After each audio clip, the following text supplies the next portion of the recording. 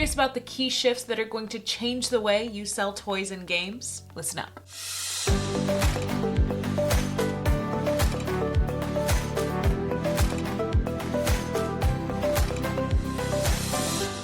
The toy industry is changing!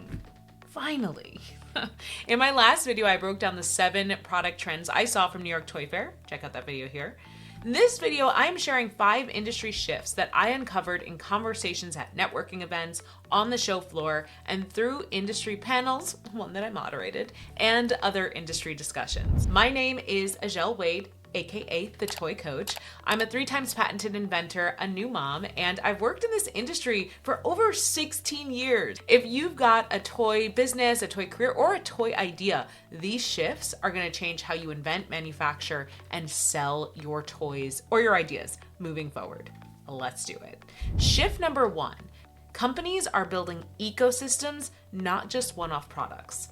Owning your customers has never been more important than now, and toy companies are wisely taking a Disney approach and trying to extend their customer lifetime value within their existing brands. So they are building ecosystems designed to capture customers earlier and keep them buying longer.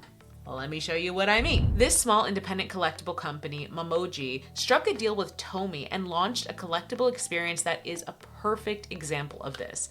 Memoji offers 2-inch collectible plastic figurines in a blind box. When you unbox your character, you'll find a booklet that tells you who that character's best friend is, and their best friend is a bag charm plushie, also offered by Memoji, which you can then unbox, collect in the same way as the main figure. The plushie also has a booklet sharing who their best friend is, which leads back to the 2-inch figurines.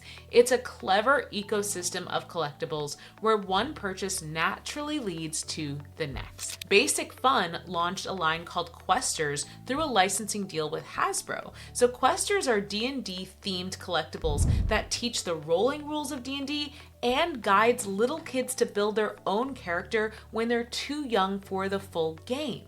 This is D&D for a younger audience than the main game, so they're taking a classic IP and just stretching it into a totally new age demo to lock them in earlier. Mattel is expanding Mega Bloks' age range from 1 and up to 3 and up. To do that, they're adding more developmental build play with predefined characters in their sets. So a kid will build a unicorn, not just a random tower. Not only that, the sets are interchangeable, so you can make a unicorn with a race car spoiler or a car with a unicorn horn. So toy companies are thinking about how they can expand their ideal target market for their existing brands that have existing consumer trust and credibility.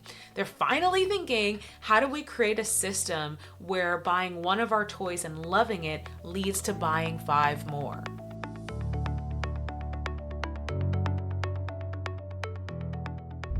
Shift number 2, factories becoming toy companies? This one's crazy. I actually noticed this shift months ago in conversations with my factory partners, and it was solidified as I walked booths at New York Toy Fair and chatted with friends at networking events. Factories are not just exhibiting to sell their manufacturing capabilities, they are exhibiting as independent brands and selling their lines to retailers themselves.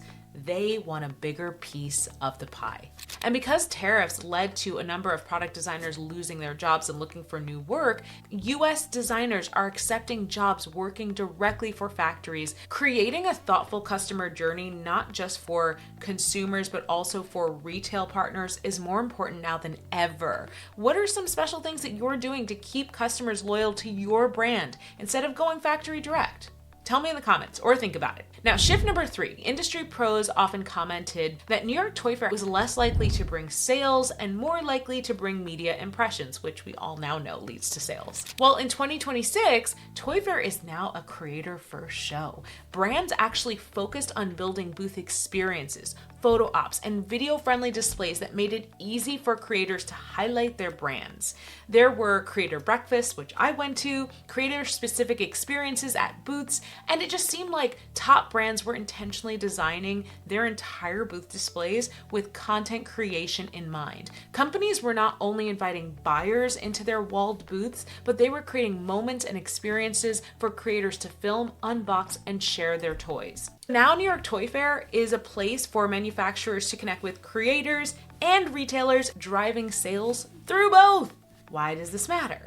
Well, toy companies are realizing how valuable creators are to selling through products when they land in stores, and retailers are realizing the same thing. Creators drive traffic, which leads us directly to shift number 4, the big one. This came through loud and clear in a panel I moderated. Back in the day, a toy company would develop a product, sell it to a retailer, and then basically it is off their plate. It's the retailer's job to sell it to the consumer. I will caveat that to say that's how specialty retail worked. Mass retailers like Walmart and Target will totally give you a chargeback if your product doesn't sell. Now, toy companies are expected to actively drive sell-through. That means running local ads to push product out of specific stores. It means partnering with creators to generate in-store demand after the product is on shelves. It means intentionally collaborating with your retail partners, not just shipping them boxes.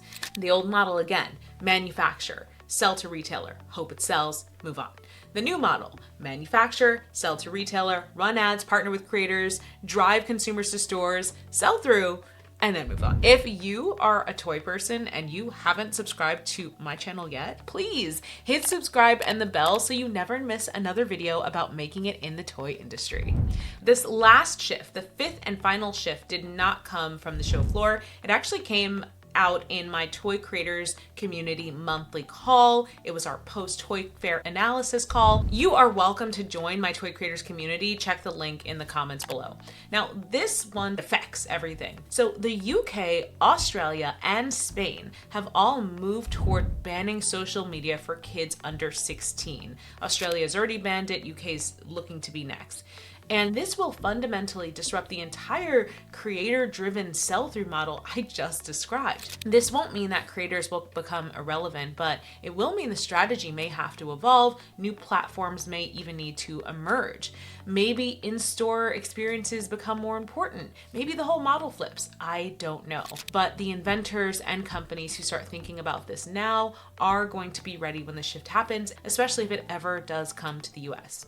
What is the common theme in all 5 shifts? Well, companies are thinking bigger.